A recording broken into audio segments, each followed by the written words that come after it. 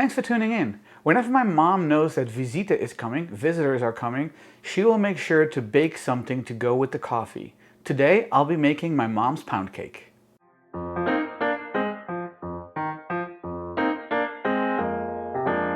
Hi, I'm Twan and welcome to my kitchen. If you're new to this channel, I focus on cooking foods from my home country, the Netherlands, and some of its former colonies such as Indonesia. If you're coming over to my parents' house and my mom is offering you coffee, she will likely say, "Iets lekkers erbij? You want something tasty with this?" And if you say yes, you will either get boterkoek or a slice of cake. I've already posted my mom's boterkoek recipe on our channel before, so I'll put the link in the description below. What we call cake is a traditional pound cake. My mom got the recipe from Tante Mar, our neighbor. We called her aunt even though she wasn't related. My recipe makes 2 cake loaves, but it is very easy to scale up or down. For the base batter, you will need equal parts by weight of self-rising cake flour, butter, eggs and sugar. As a matter of fact, the name pound cake comes from the fact that you need 1 pound of each of those ingredients. It also needs a little bit of salt. I'm going to start by weighing out my self-rising cake flour.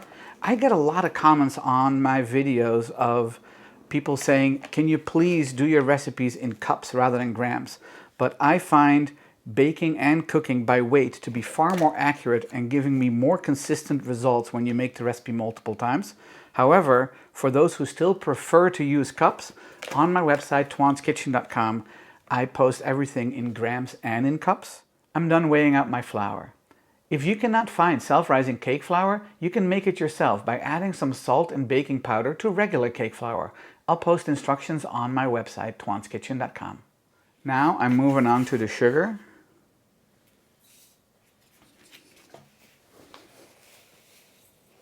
Oops, I went a little over. And there you go. Now I'm going to weigh out my butter. I'm weighing it out directly into my pot because I'll be melting it soon. Now my mom saves the wrappers of the butter because in the Netherlands it's typically an aluminum foil wrapper, and then she drapes it over the cakes in the oven. Because we're using American butter with wax paper, which cannot go in the oven, I'll be using some parchment paper that I'll put a little bit of butter on instead. Okay, I don't need this entire stick.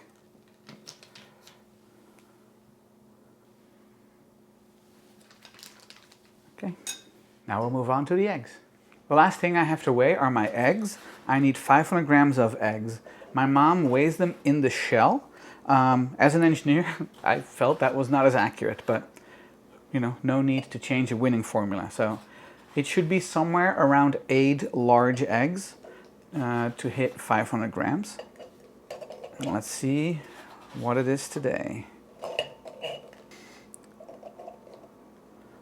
Okay, I'm a little bit over, so when I add it to my cake batter, I'll just leave out some of the egg white.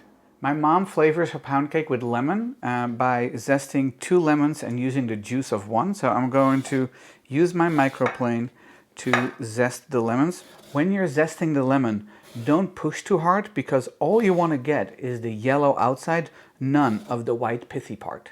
You can really smell the zest. It is so fragrant. Okay, that's it. I'm going to scrape off whatever is on the back of the microplane. Make a little bit of a mess. And now I'm going to juice the bigger of the 2 lemons.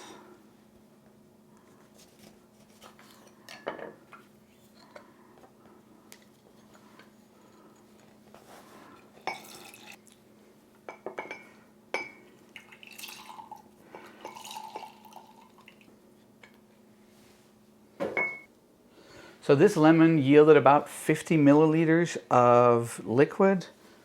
That is approximately a quarter cup.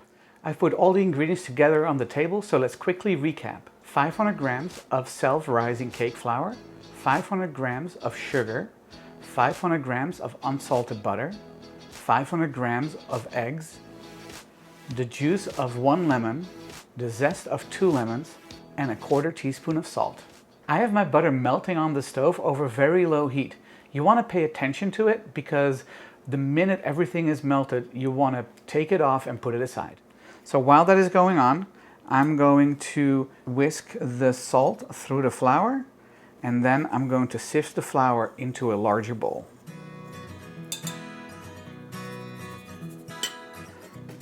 So the reason I'm sifting is to make sure there are no lumps in the flour. And just continue doing this until all the flour is sifted.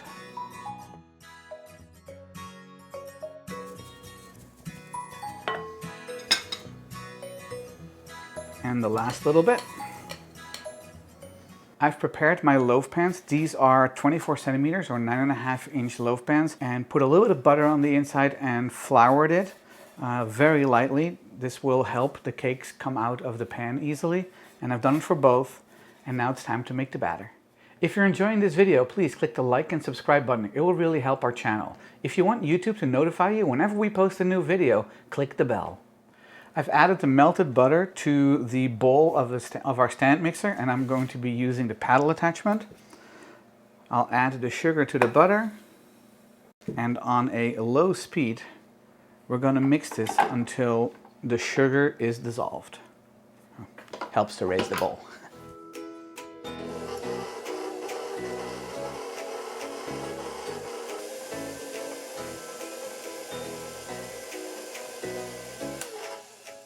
So my sugar is melted.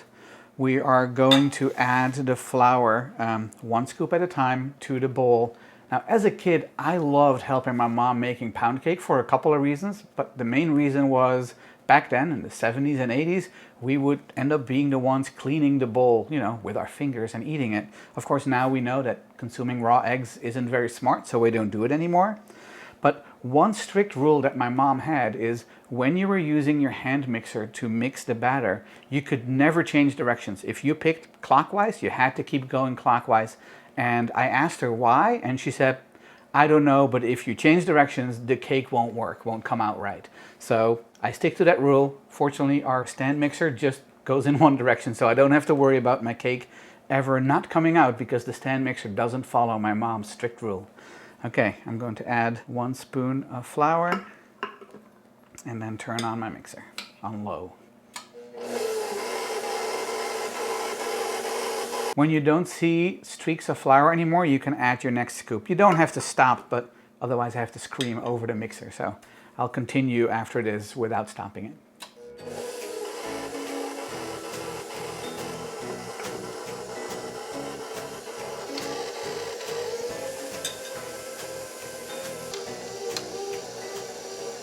I'm just using my spatula to take some of the flour that landed on the paddle into the batter. I'm going to add 1 egg at a time while the mixer is going. Just wait with the next egg until the first one is completely incorporated.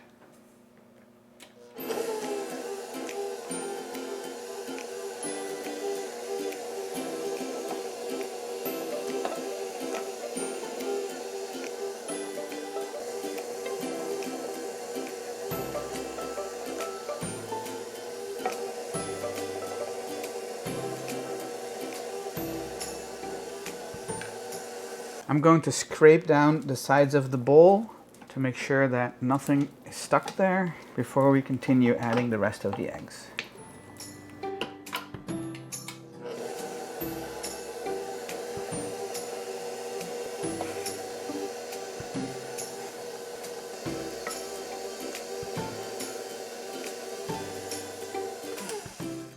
All right, all the eggs are fully incorporated, so I'm going to add my lemon juice.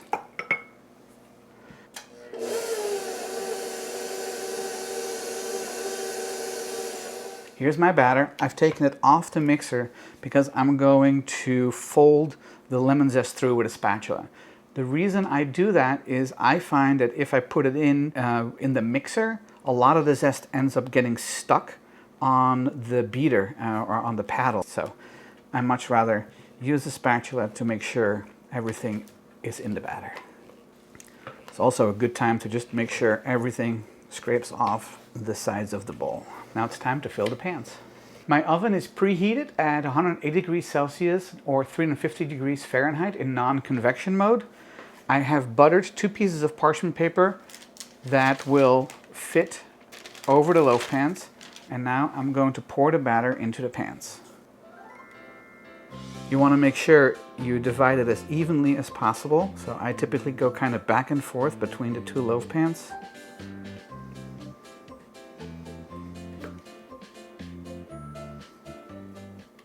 Whenever my mom would do this, I could see her scraping out the bowl and be like, Mom, let me do it, because I would not be as good at scraping out the bowl while pouring it in, so there was more left for me to, clean. So now that they're full, I'm just going to lift them up and just kind of drop them back to get any air bubbles out. Now that I've tapped the loaf pans, I'm going to cover them butter side down with the parchment paper. The parchment paper is just laying loosely over the loaf pan and it is not touching the batter. You don't have to push it in, just lay it loosely on top. And now I'm going to put them in the oven on the middle rack. Just make sure there's enough space between the two of them. I'm going to bake the cakes for 25 minutes and then I'll remove the parchment paper. After that, we'll continue baking them until a cake tester comes out clean. If your oven doesn't heat evenly, you may have to rotate your pans. Let's test the cake.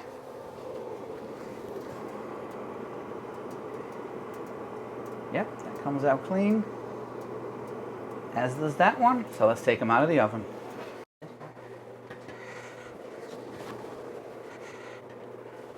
I've taken my cakes out of the oven and put them on a rack. I'm now going to let them cool. So here are my two cakes. They have both sunken in the center. That happens from time to time. Sometimes when you slam a door or there's like some cold air coming into the kitchen, it can happen.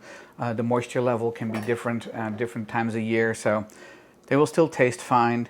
They're not as aesthetically pleasing, but if you just put a lot of whipped cream on top, you're not going to see it anymore. So I'm going to cut into this cake.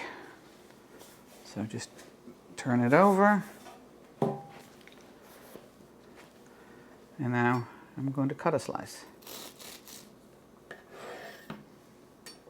As you can see, the cake is very dense, which is normal for a pound cake. So let me try a little bit. Eet smakelijk.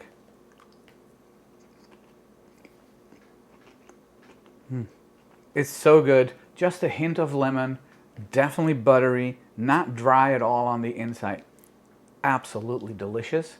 Now, in the summer, my mom will serve this with some fresh berries and some whipped cream. You can also serve it with just some whipping cream. And you can even make a glaze of some lemon juice and powdered sugar and drizzle it over the top. But for me, it's perfect by itself as it is. I hope you enjoyed this video. If you did, please click the like and subscribe button and don't forget to share it with your friends. If you have any questions, post them in the comments below. I'll put the written recipe on my website, twanskitchen.com, and you can follow me on social media as well. If you make my recipe, we love it if you can take a picture, post it on Instagram with the hashtag TwansKitchen. We will feature it in our story and on our website. Thanks, and I'll see you in the next one.